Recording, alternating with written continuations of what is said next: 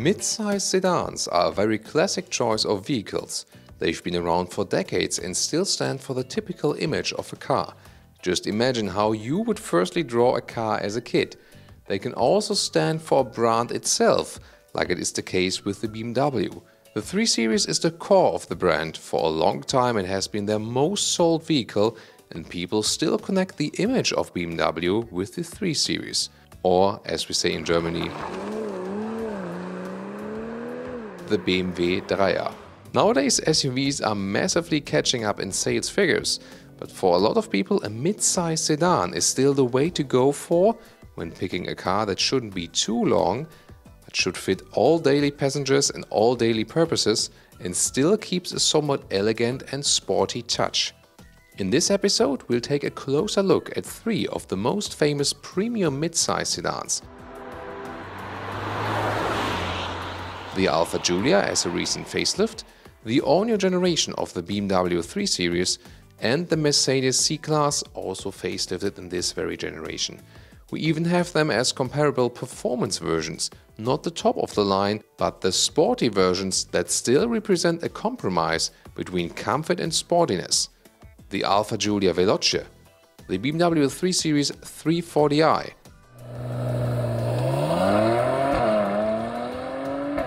as well as the Mercedes C-Class as Mercedes AMG C43. Oh, and these 3 are in a way special because they are all rear-wheel driven or optional all-wheel driven with a rear-wheel bias. Let's take a look at all these cars, exterior, interior and driving, and also tell us later after watching which one is your favorite of these 3 and why. The Alfa Giulia Veloce. Let's go!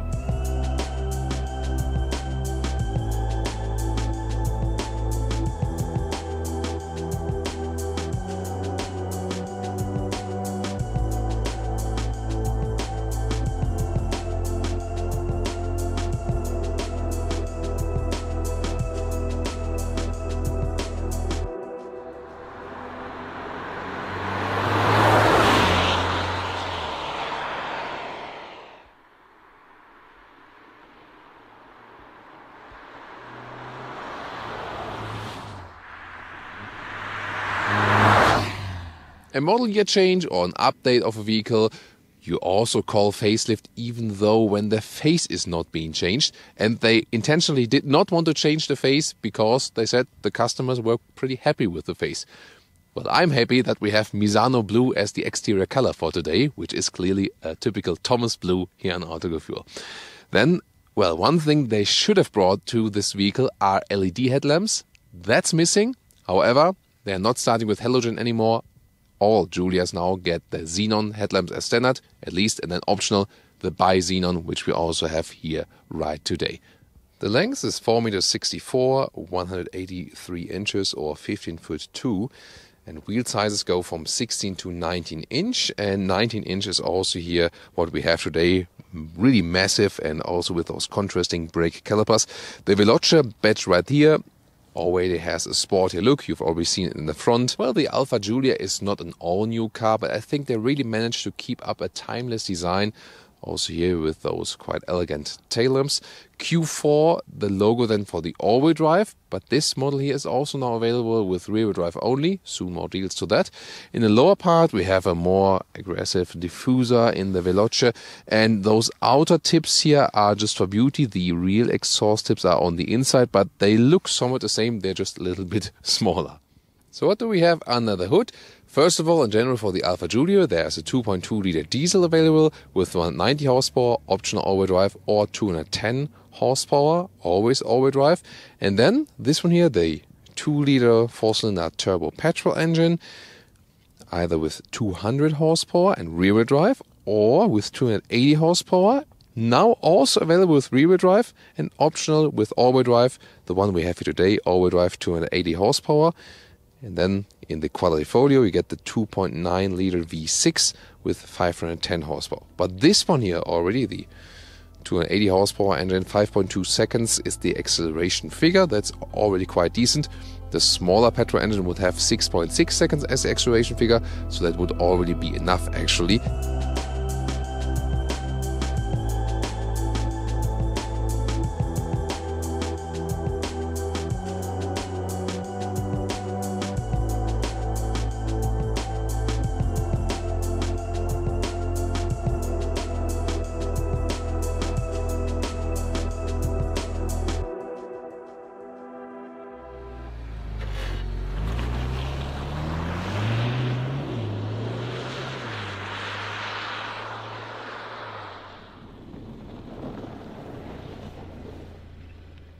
car key. It's pretty thick actually, it makes a good quality impression. However, it might be also pretty thick then in the pocket. That would be the disadvantage. Keyless entry here when pressing the knob to close the vehicle or put your hand on the inside to open it. Door closing sound. Yeah, quite solid. Then soft materials at the inside of the doors in the front and a fancy door handle right there. Also some, spiced up door buttons, but that's nothing new here for the facelift.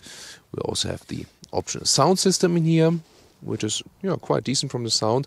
Then a new steering wheel, that's one of the major changes. So the whole steering wheel is new, and also the steering feel. So we'll later talk more about that in the driving part. Upgraded assistance systems, for example here for the cruise control, the levers, and here also for the active lane keeping assist. So now more towards level 2 autonomous driving and keeping up with the competition. That's nice. You see here the shifting panels, they are separated from the steering wheel and pretty large. Then we have those round turbine style vents, also soft touch of the dashboard. Seating, there are sport seats that coming with the Veloce versions, both Veloce and Veloce TI. The Veloce TI, by the way, would standardly come with Alcantara on the middle part, at least in European markets. The choices really depend on the market. For example, in US configurator, I could only find animal skin, like we see here at the moment. Especially in European markets, Germany, for example, you get a fabric seat, full fabric. You get a fabric leatherette mix, which would be also cool. So fabric inside, leatherette outside. And then also, as I said here, with the Alcantara. So you have to check out which options are available on your market. Or maybe just ask your Alfa dealer for that. Of course, we recommend a fabric seating choice. Or the Alcantara that is a little bit warm in winter. Now it's really cold already here. And of course also a little bit cooler in summer when you don't have the slick seating choices. And also comfort-wise, by the way, so those, no matter if it's now like animal skin or the leatherette, when you have the slick surfaces, they're also a little bit stiffer as for the very surface. When you have a fabric or Alcantara surface, it adapts a little bit more to your body and, to your bones, in your lower body and so on. So it's also more comfortable. But in general, it's actually quite nice seating position. Again, maybe on those animal skin seats, not maybe on the long run when you have like 4 or 5 hours or so. But so far, first impression is actually quite good. Also very soft here from the head restraint. That's cool. Headroom wise, 1.86 or 6'1". That still leaves enough headroom right there. No problem. Now to the interior overview. We see here a very sensual form and soft touch materials again. That is very nicely done. Here also in the lower part, so good build quality as we see here. Then the screen is actually quite well integrated in this dashboard, so more details to that. What's new is either you get a new 7-inch screen, so it's a little bit smaller than the screen part of the whole panel, or this new 8.8-inch, and this here is also touchscreen now. So that's big news, so to say. So far, only with the controller in the lower part. Now you have the choice with the bigger one. So either touch or then using this lower control knob. And again, soon more details to the infotainment system. Then the steering wheel view right there. Again, completely new steering wheel. It looks more modern, also feels a little bit better. Right side volume control, for example, or picking up the phone. And on the left side then from the cruise control, told you that already earlier. Those instruments, again, fancy because they have this sporty style. Left side, typical analog meter. Right side for the speed. And what's also cool is when we do a startup of the vehicle, then the arrows go all the way to the right end and then back to the left again. And in the middle part, you have a digital screen. For example, you can get some information on fuel economy right there. Yeah, wait a minute. So we have to start the car for that. Here we go. So, and then we can, and interesting is, I'll give you a more decent fuel economy figure when running straight later. But here at the moment, when we're going uphill, we're already at about 15 liters. And the funny thing is, it doesn't go any more above that. So obviously, yeah, when there's more like 15 liters of fuel consumption per 100 kilometers, we just say it stays at 15. So we don't show like 16, 17. No. Just 15 maximum. Nice idea, right? Yeah. So, infotainment system. First of all, the sound of this Harman Kardon system, and yeah, it's actually quite decent. So, like that. So, I would, as a music lover, probably also go for this option. Then you have this new main menu, so different, app views, so to say. You can also go to a climate menu, but since everything is manual in the lower area, I'm not sure why we would need that exactly. Then I can go back to the home menu and look at the car internal GPS. And it looks a little bit dated, but the good thing is that it's quite responsive. So that's actually quite okay. Well, guys, I always have been a fan of Alfa Romeo design on the exterior, but there's a catch. Yeah, the space on the interior. First of all, look at that. And we do have soft touch material also on the rear doors. That's cool. Good quality as for that. Not sure what kind of beverages you should put in here. Maybe like, small glasses with, smoothie for babies. I don't know. That's the only thing it's probably suitable for. And then the design again is quite nice, but you already see that the whole area here, right, is pretty thick, so there's hardly much space to get in, and also the legroom as the seat as I have put it at the moment when I'm driving as a rather tall driver. Yeah, and then let's try to get inside. Shoe tab, of course, for the snow. And yeah, I mean, somehow it does fit, but yeah, I'm already hitting the back here with my knees, and headroom wise also maybe directly fits, but yeah, so legroom is pretty much cramped, and that's also if you compare it to other competitors in the segment, rather bad. Definitely you can get along somewhat, but not that well, so that's not the strength of this car. Now to the trunk right there. And of course you're limited as for this sedan building style right there, but it goes actually quite long in there, and that you have a better impression. I can also put a backpack inside. So height wise this does still fit, yes.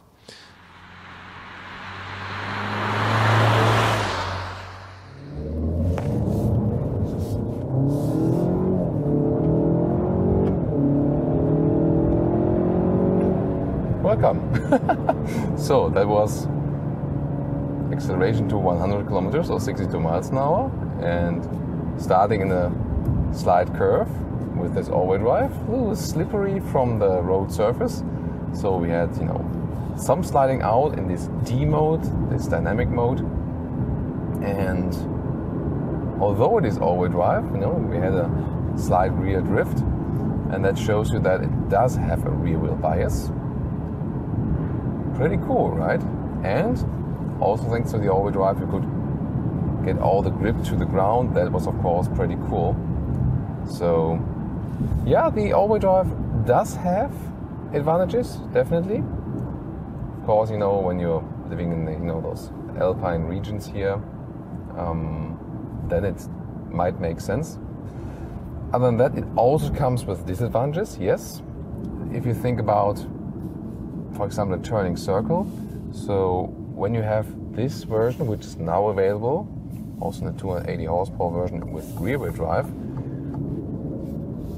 can turn the front wheels a little bit more in, to both directions, therefore reduce turning circle, and the car maybe feels a little bit more agile. Then again, the question is if you need the all-wheel drive for winterly conditions and so on, that might make sense. And main acceleration here, 5.2 seconds when you're going just straight to 1 kilometers or 62 miles an hour. And there's no figure for the rear wheel drive model yet. We have to check that out later. Of course, this car can also bring series traction to the ground just by the rear wheels. It's also planned as a rear wheel drive car from beginning on. But then again, as soon as it gets slippery, like now, was a little bit of dirt on the road and so on, then the all-wheel drive really has a big advantage. Whew. Wow, that was a pretty cool thing. By the way, when we are in this dynamic, this sporty mode, then we can, when we have, still want to have some more comfort, we can click on this suspension button here in the middle console, and then we have the soft dampening. So you stay in this sporty mode where the gears are turned up higher, yet again you have a softer dampening like in the normal modes. This, this can indeed make sense. Why not? So I think I really fancy that. And when you're driving, in city traffic and so on, then you usually would go to the normal, the N mode, or then to the A mode. I think it was called advanced efficiency or something. So that does the exact opposite as the sport mode. So it reduces the throttle input. The gears are turned up a little bit lower, earlier upshifting and so on. And in the D mode, then there's the sports mode, later shifting up and so on. So depending on what you want to have and how you want to have more or less fun, or about the fuel economy, of course. Yeah, talking about fuel economy, the lowest fuel economy I could score here was about 10 liters or more kilometers. Like 23 mpg US, 28 mpg UK, and that was really rather, trying. And yeah, so you rather should expect even worse fuel economy, and that's probably also one of the things here about this vehicle. Accelerate out this traffic light. Of course, sound-wise, yeah, 4-cylinder, not too much coming there. So yeah, it's okay, but it's nothing that would be really emotional. But this car has some serious power, definitely, and especially when you're on this D mode, the throttle input is that crisp that you just slide on the throttle and it jumps forward. We can also use them a little bit better, and we can show you some agility. And this car really behaves very well, very neutrally balanced, like that. And it is a little bit more loose, so to say, than some of the competitors. A little bit more aggressive, not that stable as for the grip. Of course, the road here is somewhat wet, yes, but that's also how this car is meant to be. Of course, we have traction from the all-wheel drive in this case here when we accelerate out, but the car is definitely a little bit more challenging to drive than the German premium manufacturers, like the mid-size models of those. But that's probably also a thing why you would go then for the Alfa Romeo in this case.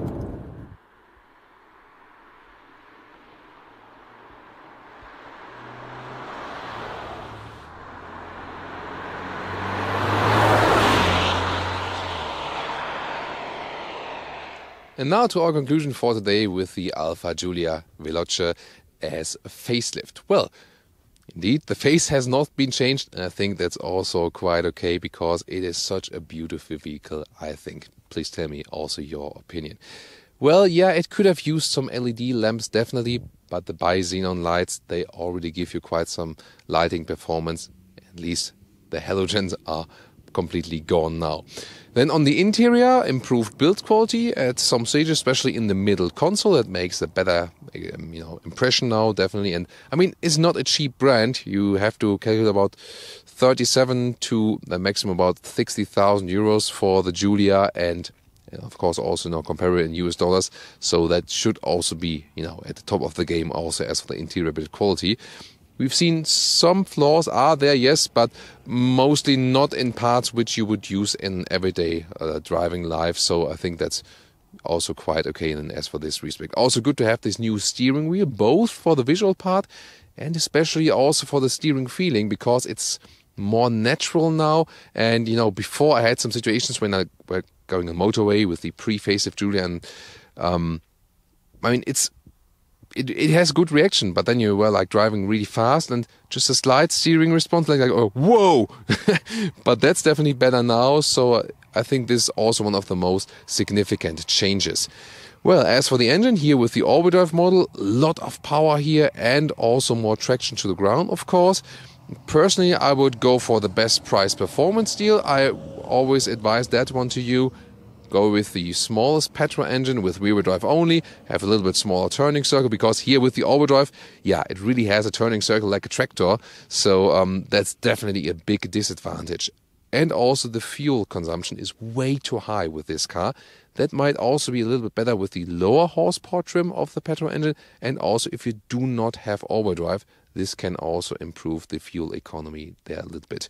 And the seating choices, at least in European markets, we have quite good choices.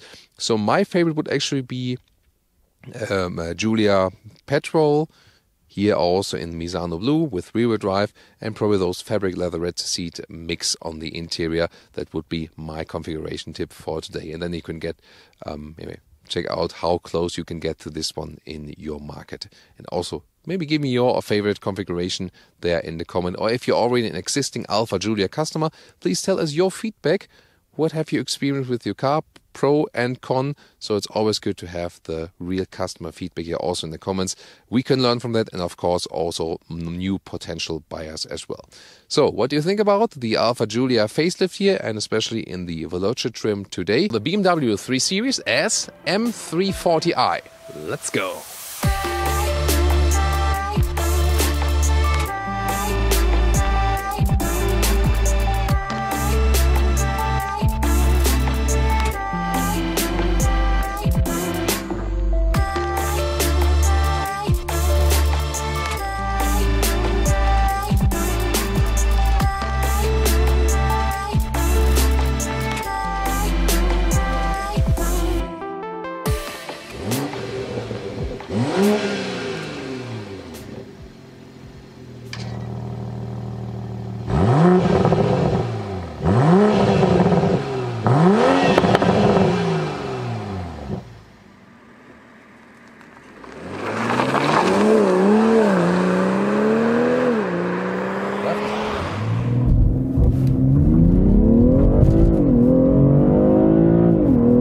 That's 100 already, wow. Please subscribe to us if you haven't done so far. Here the all-new BMW 3 Series is a little bit wider than the previous generation, and here this M340i has special cerium grey, that's how they call it, color here around the double kidney, and also this mesh style grille. So yeah, that looks really sporty, also a sportier lower bumper. And the headlamps, they come standard as LED. Optionally, you can get adaptive LEDs, and optional, the laser light, which you can also see here as we have those blue accentuations, and a modern daytime running light. So I recently heard there was a drinking game when you watch Autogefuhl with friends. If I walk in from the front, actually like this, or if I come in from the rear, so from which side. So if you're watching Autogefuhl as a group, yeah, that's a cool drinking game, you know, whatever you want to drink. So, but now clearly, with the side profile, let's begin with the length of 4.70 m, 15'4" or 185 inches. And that's actually 8.5 centimeters longer than the 3 Series predecessor. Here, of course, the M340i. It's no different. Classic sedan shape. And I can also announce to you that the M340i will also be available as the Touring. That will then be most important for Germany and the UK. This one here is sedan, predominantly then, for example, told you earlier, for the US and Canada, and also pretty famous in Australia, for example. South Africa as well. Then cerium grey accentuations here also at the side mirrors. Very beautiful M logo, because this one is the M Performance model. You remember, the M Performance model are, so to say, the M Light variants, and the true M models then, you know, with even more power. Also in the rear, the M340i follows a rather elegant, sporty style. So not too much attention to everything. In general, the new 3 Series has those horizontally drawn tail lamps. So where you see this new generation, oh yeah, that's the new 3 Series, is mainly the tail lamps if you compare it to the predecessor. Then the M340i gets this additional small lip there in the vehicle color, and the cerium grey accentuations in the lower part. Then those beauty tips here on the outside, the rear exhaust on the inside. For the new 3 Series, you can get 2-liter 4-cylinders and 3-liter 6-cylinders, both petrol and diesel.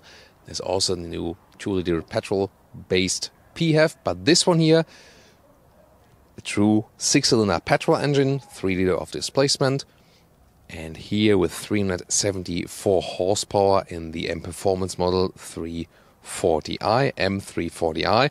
Acceleration figure is 4.4 seconds to 100 kilometers or 62 miles an hour as sedan, or 4.5 then as Touring, because the Touring is just a little bit heavier, but you know, you won't feel big of a difference. X-Drive, so the all-wheel drive with rear-wheel bias. So you should still get, quite sporty out of the corners. We'll see how that one plays out in our driving part. Really looking forward to that.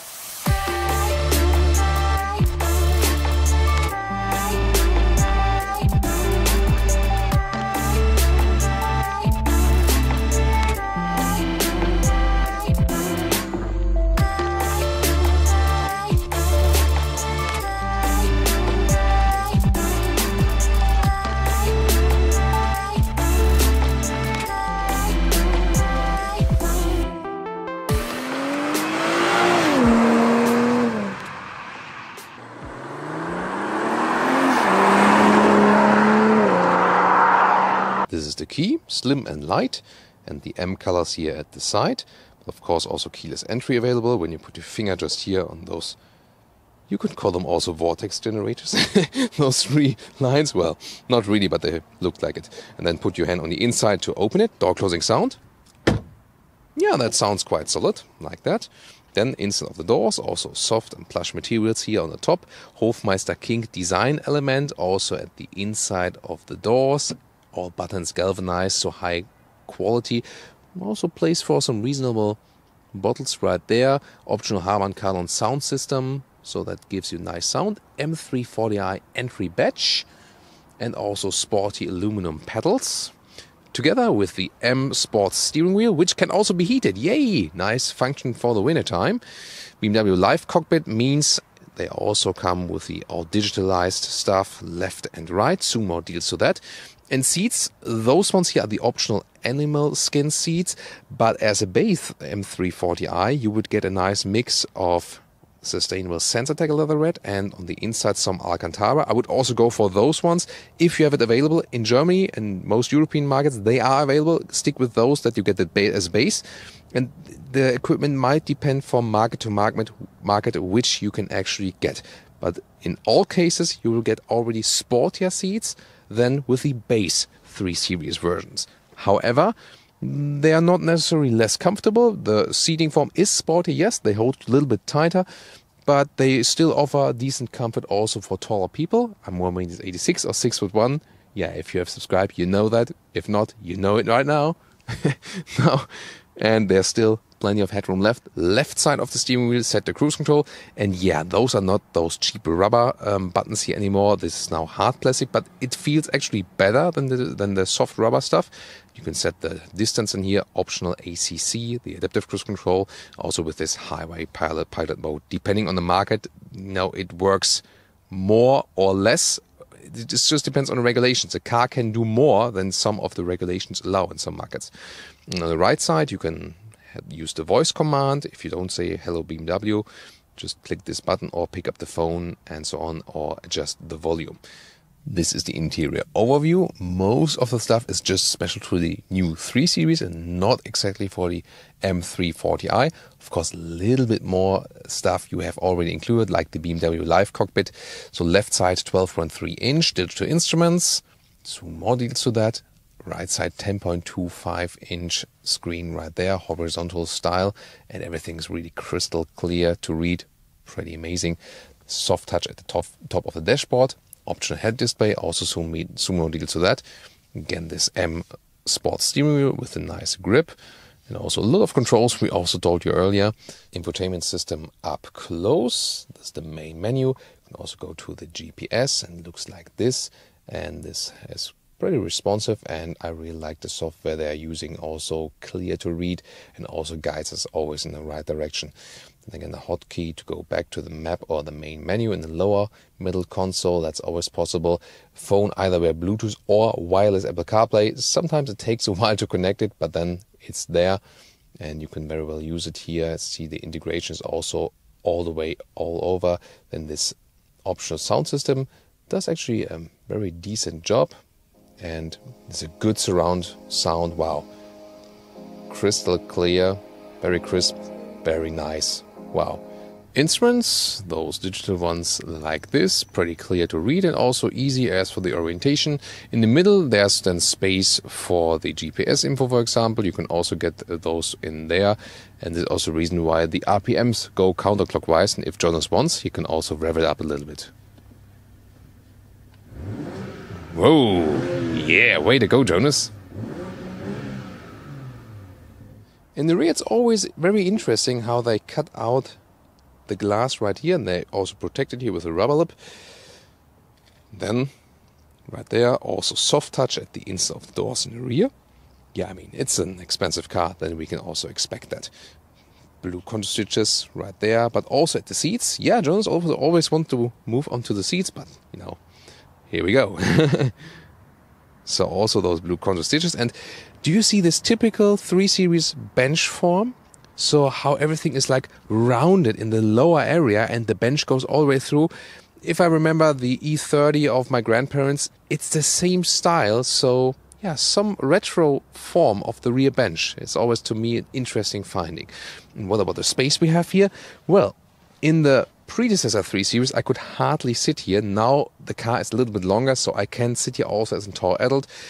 Yeah, maybe I could drive with the seat a little bit more upright like this. That it would be a little bit more realistic.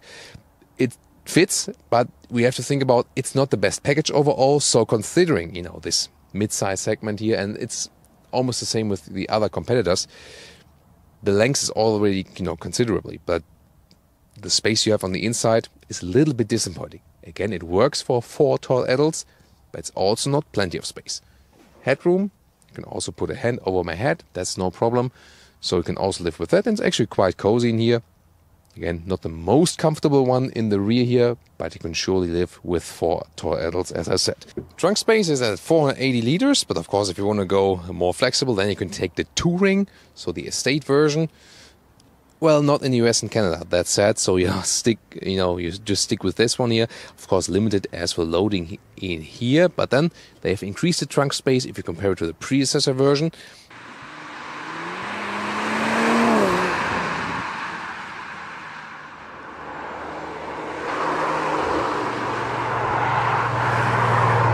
And for the launch control, we put it in sports mode, put it into the D, of course, then manual shifting mode, and then also the additional traction mode. And please don't do this at home, kids.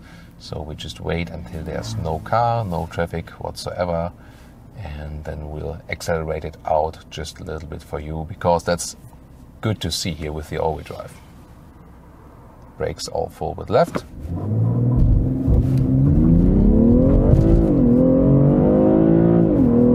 That's 100 already. Wow. Wow, that was cool. And safe and collected because of that all-wheel drive. And I mean, at the side there was even, you know, like some small cobblestones and so on. So there was a loose ground, and still, you know, how well this car accelerated and how stable it was by doing that. That was really amazing. So, wow. Pretty impressed. I mean, we had cars that had even harsher performance and so on, but again, this how they could keep this performance in a safe way, you know, that is, I think, the really interesting thing about this car. And then if you think about, yeah, due to this all-wheel drive, it's not the super purest BMW experience, but then again, for most of the customers, this one will be better and safer, you know, when they have great performance, but yet in a, let's say, controlled way. And most of the times, you know, you won't go to this traction mode, leave all the ESC in place. So if you are on the street, just a normal road, then you leave all those helpers active. That's the best thing you can do. And yeah, overall, I mean, you can have a lot of fun with this car, definitely.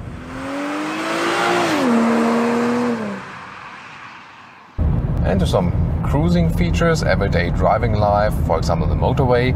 We have a blind spot monitor, which is a very important option. There we go with the yellow triangle right there when the car is about to overtake you. Then we also have the adaptive cruise control. Even with this highway pilot, which is activated at the moment, it keeps you in a lane. You're supposed to keep your hands on the steering wheel at all times. This is just for demonstration purpose. The car really keeps me straight. This is well done. So if you see here, it automatically corrects. So that's a quite cozy function, and it works, you know, very smoothly. And it also doesn't have too many moments where it has like those false positives. Yeah, if something goes very straight for a very, very long time, then maybe. but overall pretty happy with this system overall. And the autonomous emergency brake, that is of course then standard equipment for a car like this. And also here at 120 kilometers an hour, or about 17 miles per hour, it's actually pretty silent in here, so very cozy. That's also something they have improved here with this new 3 Series generation. And this engine here, if you keep it steady like this is also a good example what would be the minimum consumption. There you can score some 7 liters on 100 kilometers, which would be 34 mpg US, 41 mpg UK. Of course, if you hammer it out a little bit more, then it rather goes like 9 liters 100 kilometers, and then lower mpg figures, then of course, yeah, then something below 30 and of course below 40 and as for the UK figures. So it really depends on your throttle, definitely.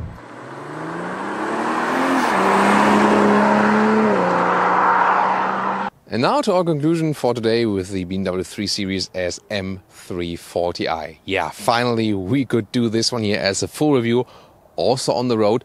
One of the earliest parts we did with the 3 Series was driving this one here as a prototype on the racetrack, so you should also tune into that review. And also to all the other 3 Series videos we've done, if you searching for a particular version, or maybe you were just searching for this one, then you were right here. So overall, I think the exterior, yeah, very nice. Probably the nicest ones we've seen today, because yeah, this mesh grille is something very special, and it looks a little bit sportier than the other versions.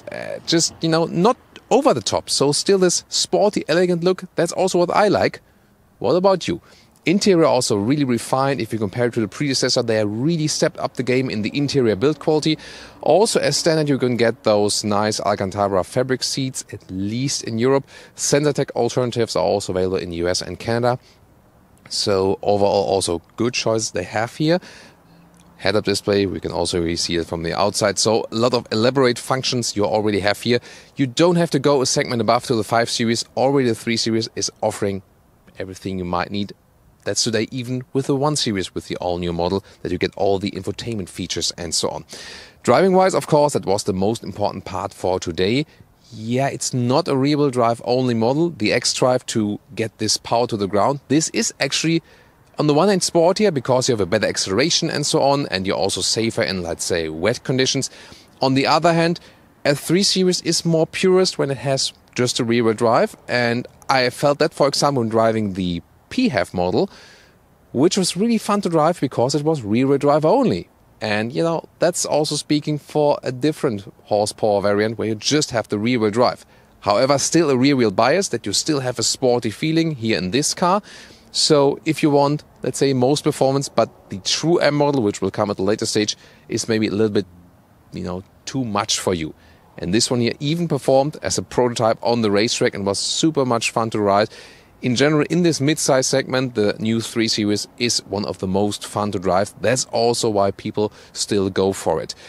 I would also prefer to the big diesel, because that is, just a little bit more fun to drive. And the big diesel was also not that, that good in the fuel economy as I would have hoped. So yeah, this one is still a hot pick, especially in the US and in Canada. The only thing is that, especially at this one, yeah, the price gets really high. Base price here in Germany, 60k. Then if you pick some more extras, the car here today, 80k. Wow, so 80,000 euros here. And that's a tough pill to swallow, definitely, even though it was a lot of fun to go for this one. Which 3 Series model would I actually go for? So far, I really have to say that I found the PHEV very, very interesting. So that would at the moment still be my hot pick. Although, with the color and with the design and the power, this was of course also a very nice ride here today. Do you especially want to know how the Mercedes C43 AMG drives? Well, I can tell you more about that. Let's go!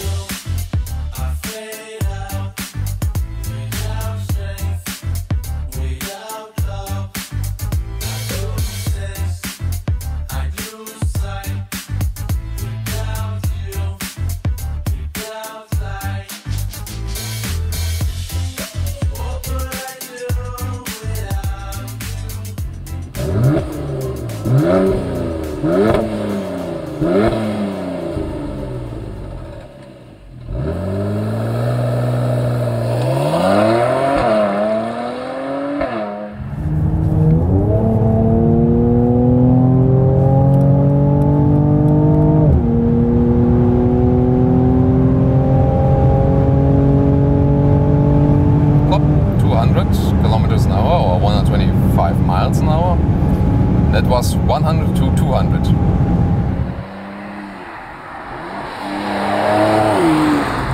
Now this next hairpin corner, let's see. Shifting down very well. Cool. That is yo.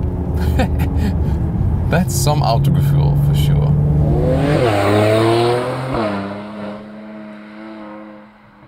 Today here the focus on the C43 sedan, which has this new front with the new headlight unit also. The coupe and the convertible always come with LEDs as standard now.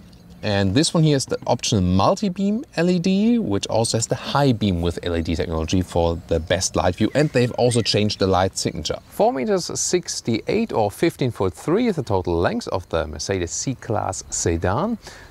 Basically the same also with the other versions. The sedan, of course, with the classic roof shape in the rear and 4 doors, as you can see it. The C43 comes automatically with 18-inch rims. Those ones here are the optional 19-inch AMG rims. You can also see it's aerodynamically optimized. It's a wider shaft right there. This improves the aerodynamics. Those wheels here also to the lineup. Pretty spectacular, don't you think so? Then also with a dark cover here for the side mirrors and also around the windows. Overall, it's still a very elegant design. It's not too much. Here the C43 comes with additional small wing lip in the way that it's still elegant, and then the big diffuser in the lower part. And those 4 exhaust tips, the outer parts here and the rest part, this is basically just beauty. Well, maybe it also adds a little bit to the sound, but the real exhaust is really way in there behind those tips at all.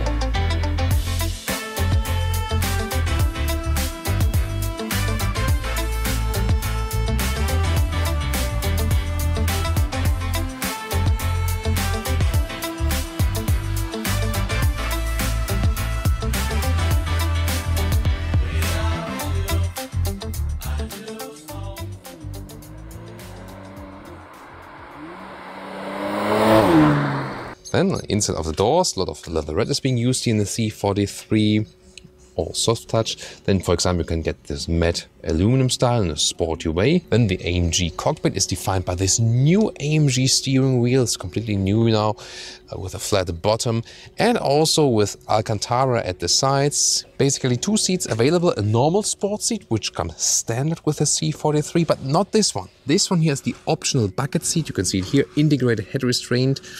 This is also a slimmer seat with more shoulder support, but take my advice and go with the standard sports seats. They will offer you more long-term comfort. This one is better for the racetrack, but who isn't using the car for the racetrack, then you also don't need to go for this option, can save the money. Also, the standard sports seats come then with an interesting combination of microfiber Dynamica on the inside and outside Artico leatherette, which is cool. This one here has also animal skin leather parts, this seat here. Then headroom, plenty, it's no problem. When you have the panoramic roof, a small one is available here, then it will be a little bit less. This new steering wheel also has an electric control. The biggest product update change is the infotainment system, or the screens in general, for all C-Class models. And it starts on the left side with analog gauges and 5-inch screen in the middle, and on the right side with a smaller 7-inch screen. And this one here is the maximum setup with 12.3-inch on the left, all digital instruments. And on the right side then you get those 10.25-inch screen, a widescreen format, also then with new software. Overall, if you take a look, is a horizontal stress of the dashboard. Also here again, it looks a little bit Porsche-like even, because they wrap everything really tightly. Then with those 3 characteristic air vents, it looks really stylish and sensual. Here with carbon fiber decor. Now let's get to the rear compartment. So, well, legroom wise, the seat should be a little bit higher, that I can better put my feet on the seat, but it's quite okay. You can see it's a mid-size sedan. That's not too much, but also not little, so it's actually okay. Of course, mid-size sedans are not the ones that use the legroom in their very best way. And you can see, well, It's not an estate, of course, you cannot load things in that easily, but here, standard cabin trolley can also be put right through. It raises a little bit, so you can use it. Yes, that's not the most versatile one. And now, what's powering this thing? Ta-da! This is not the one, you know, the true AMG one man, one engine concept. So it's basically a works AMG engine, which is produced in a normal Mercedes plant. For the C43, you get this one here, the 3-liter V6 petrol. Now with 390 horsepower. That's 23 horsepower more than the pre-facelift. So actually pretty much tuned now. 4.7 seconds to 100 kilometers or 62 miles an hour is the acceleration figure. If you want it even faster, then you would need the 4-liter V8 of the C63. So this one here does not get the new inline 6 yet with the 48 volt board and the mild hybrid. This one is still rather the classic layout.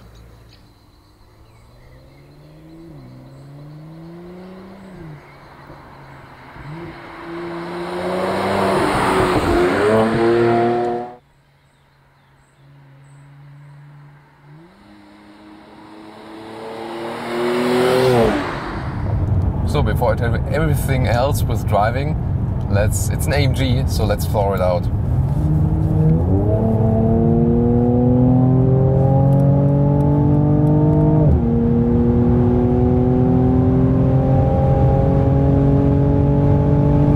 Plop, 200 kilometers an hour or 125 miles an hour.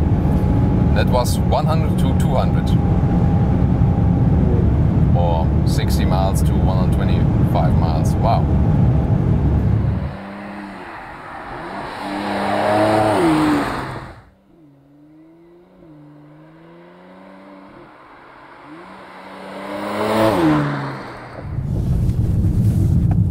Steering, you know, I've experienced that quite often with Mercedes, is good and really natural.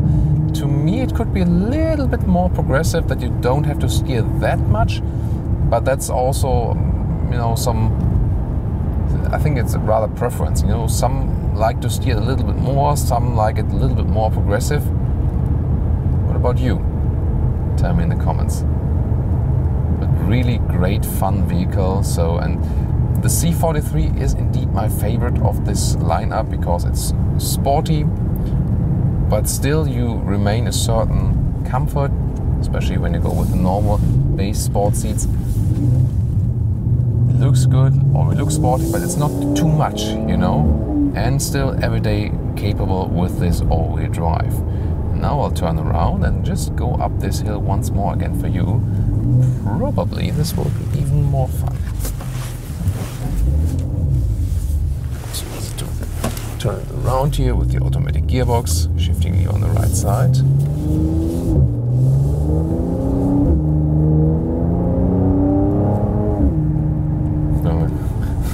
The guys driving behind me probably want to hear, what is this guy doing now?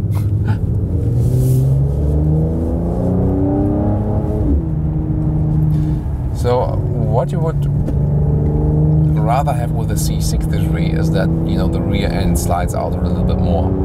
So that's, you know, for more skilled drivers probably.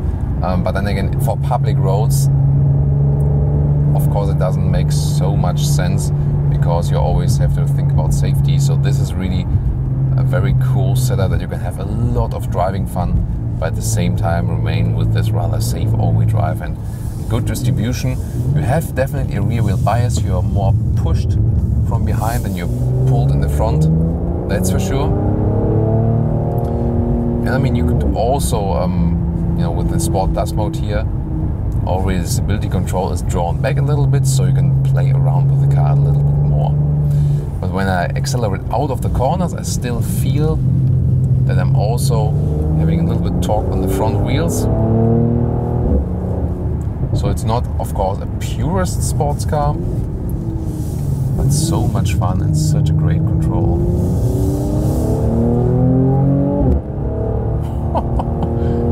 And you definitely feel this power upgrade it has received. You're now at those 390 horsepower, so it's definitely more powerful than the predecessor, or let's say the pre-facelift version, and also, you know, the whole tuning of the engine. It's not one of those very new engines yet, so it's rather a classic one, so no 48-volt board net, but it still does really a tremendous job. Wow.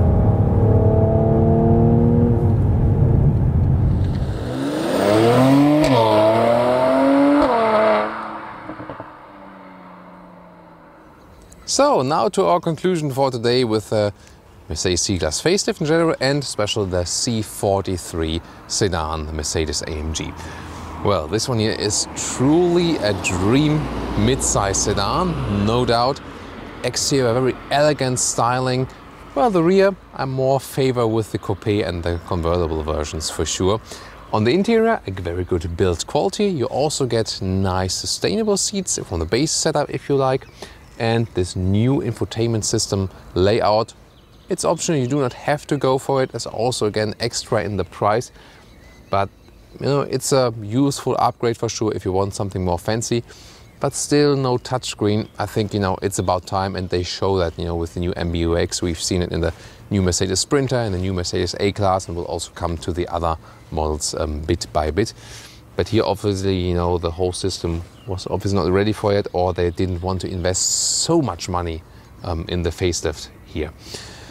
Driving-wise, I think it's even a little bit more comfortable than the one before. So the one before was a little bit rougher, maybe suspension-wise. Here they've tuned this adaptive suspension that it both gives you comfort and also the very sporty ride, and it's a very fun ride and a great sound for sure. You don't need an 8-cylinder to have a great sound here. The 6-cylinder does a very good job, and it's also not a big problem that it's not handmade by one person. Really does a good job.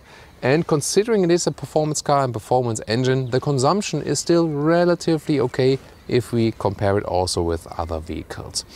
Price-wise, by the way, standard C-Class starts about 30,000 euros or $30,000. And this one here, C43, about 60. So this one then double the price, gets really expensive. With some more extras, the top infotainment even more, 70 at least, 75. That gets really expensive. So a better price performance here would be a C300 or a C400 then. Maybe get it then with the AMG line for the looks. Then you also get my favorite diamond pin grille still. So that one would be my advice actually. And you know, to have a better price performance ratio and still have a very decent version. Again, if you want it more versatile, check out the estate version. We'll sure deliver you some more content as well. And we also have content on the coupe and the convertible. You can check that out on Autogefuel too. What do you think about those facelift changes and in general about the C43? Is that one your favorite of the C-Class? Tell me in the comments, and also tune in next time. And now to the comparison conclusion. The Alfa Giulia is still very beautiful and timeless in the design, although they are very late with the introduction of full LED main headlamps.